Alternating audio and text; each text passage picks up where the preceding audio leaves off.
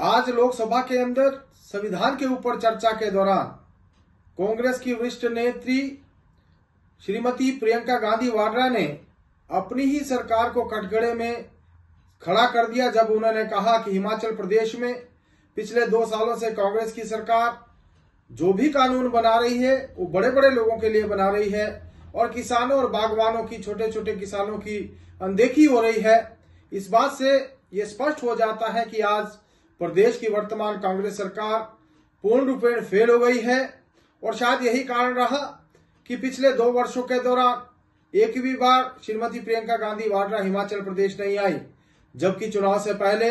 उन्होंने बड़े बड़े वादे किए थे। उन्होंने युवाओं से कहा था कि पहली ही कैबिनेट में हम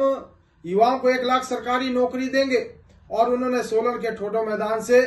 ये बात बड़े बड़े ऊंचे शब्दों में कही थी, लेकिन 2 साल बीत जाने के बाद भी एक भी युवा को नौकरी नहीं मिली। और यही नहीं, महिलाओं को 1500 देने का वायदा भी हुआ था। सेब जिसका जिक्र आज कर रही थी, सेब का मूल्य किसान तय करेंगे, ये भी घोषणा अपनी गारंटियों में इन्होंने की थी, लेकिन 2 साल बीत गए, ये गारंटी भी पूरी नहीं हो पाई। इसी प्रकार से किसानों से दूध और गोबर खरीदने का वादा भी हवा हवाई हो गया। 300 यूनिट फ्री बिजली, वो भी वायदा, उसकी भी हवा निकल गई। और इसी प्रकार से जो 10 गारंटियां दी थी, एक भी गारंटी ये सरकार पूरी करने में विफल रही।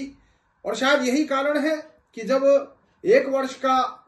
कार्यकाल पूर्ण होने के ऊपर वर्तमान सरकार ने जश्न मनाया, तो श्रीमती प्रियंका गांधी शिमला में होते हुए तब भी उन्होंने इस कार्यक्रम में आना उचित नहीं समझा। और अब जब 2 वर्ष का बर्बादी का जश्न इस सरकार ने बिलासपुर में मनाया, तो वहां पर भी कोई भी बड़ा नेता कांग्रेस का उस कार्यक्रम में सम्मिलित नहीं हुआ। इस बात से स्पष्ट हो जाता है कि कांग्रेस की भ्रष्ट सरकार, कांग्रेस की निकम्मी सरकार और आज केंद्र का इनका जो नेतृत्व, वो भी इस बात को समझ चुका है कि प्रदेश की वर्तमान सरकार पूर्ण रूप में जो है हिमाचल प्रदेश में जो लोगों की आकांक्षाओं के ऊपर खरा उतरने में पूर्ण रूपेण फेल हुई है।